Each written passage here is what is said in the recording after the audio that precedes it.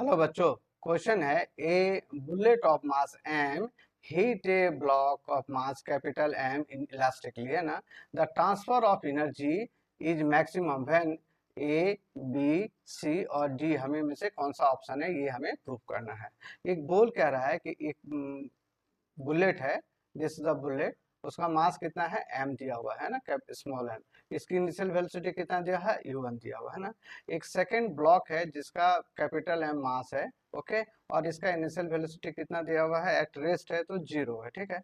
After the collision, जैसे ही collision होता है, द बुलेट का वेलोसिटी कितना हो जाता है, v1 हो जाता है, ओके। एंड द ब्लॉक का वेलोसिटी कितना हो जाता है, दिस विल बी v2 हो जाता है। तो हमें कह रहा है कि ट्रांसफर ऑफ एनर्जी मैक्सिमम, तो ट्रांसफर ऑफ एनर्जी मैक्सिमम मतलब कि जितने भी kinetic energy of the bullet था, this is totally transfer to the block, है ना। This is the maximum transfer energy. That means क्या होगा कि v1 is equal to 0, this equal to, अगर हम 0 है और तभी हम इसको प्रूव कर सकते हैं, है ना। तो let's see how to prove it, okay. तो since the collision is elastic, okay, तो यहाँ पर दो कॉन्सेप्ट को हम यूज करेंगे। पहला कोफिशिएंट ऑफ रेस्टिट्यूशन ई, जो बताता है कि relative velocity of separation after collision upon relative velocity of approach before collision.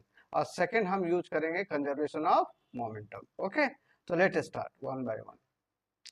तो पहले जो है कोफिशिएंट ऑफ रेस्टिट्यूशन में हम करेंगे। कोफिशिएंट ऑफ रेस्टिट्यूशन क्या बोलता है कि relative velocity E, the relative velocity of separation, है ना, after collision upon relative velocity of approach before collision, okay. तो रिलेटिव वेलोसिटी क्या, ध्यान दीजिए, इसका रिलेटिव वेलोसिटी क्या होगा, this will B v2 minus v1, this is the relative velocity of separation upon relative velocity of approach क्या हो जाएगा, that will be u1 minus u2, okay. ध्यान दीजिए u2 क्या है, रेस्ट है तो 0 हो गया, और e क्या है, this e is perfectly elastic है, तो e का वैल्यू कितना हो जाएगा 1। तो हम क्या करेंगे, this will be equal to 1, this will be equal to v2 minus v1 upon u1, okay. So इसको अगर हम लिखते हैं, दिस विल बी रिटेन क्या है, u1, this will be equal to v2 minus v1, okay. और इसको ऐसे भी लिख सकते हैं, और दैट मीन्स कि u1 plus v1 equal to v2। चलिए ये इक्वेशन नंबर 1 हम मान लेते हैं, ठीक है। अब क्या है, कंजर्वेशन ऑफ मोमेंटम, है ना, कंजर्वेशन ऑफ मोमेंटम को यूज करेंगे।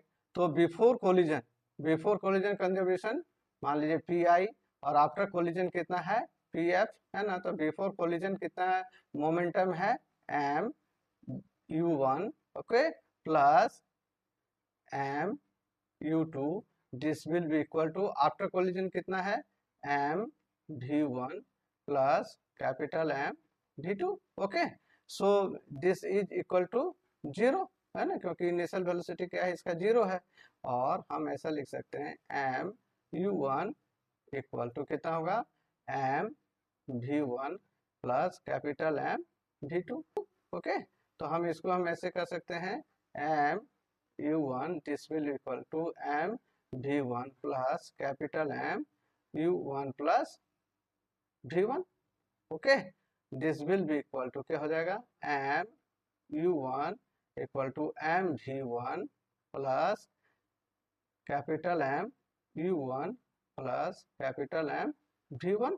अब इसको ले जाते u इधर कॉमन कर देते हैं, तो u1 इज इक्वल टू क्या हो जाएगा, m माइनस कैपिटल M, और इधर जाएगा v1 इक्वल टू क्या हो जाएगा, m plus capital M, okay, है ना। तो v1 इज इक्वल टू कितना हो जाएगा, v1 इक्वल टू क्या हो जाएगा, u1, है ना, m minus capital M upon m plus capital M।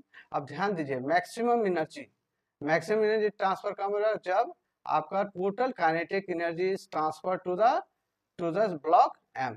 This block को अगर टोटल काइनेटिक एनर्जी अगर बुलेट ट्रांसफर कर देता है तभी ये मैक्सिमम एनर्जी ट्रांसफर होगा, है ना। दैट मीन्स कि the after collision the bullet velocity will be zero, है ना। तभी तो टोटल काइनेटिक एनर्जी आपका चेंज ट्रांसफर कर देगा ब्लॉक पे, दिस ब्लॉक पे, ओके ना। तो that means V1 is equal to कितना है, जीरो, है ना, है ना।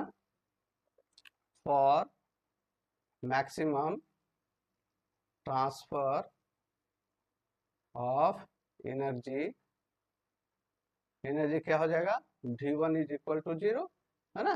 तो V1 इक्वल टू जीरो हो जाएगा तो क्या हो जाएगा, m, है ना, minus m is also equal to zero. अगर हम इसको जीरो कर देते हैं तो क्या m minus m equal to zero, और m is equal to m होगा। So this is the answer of the question.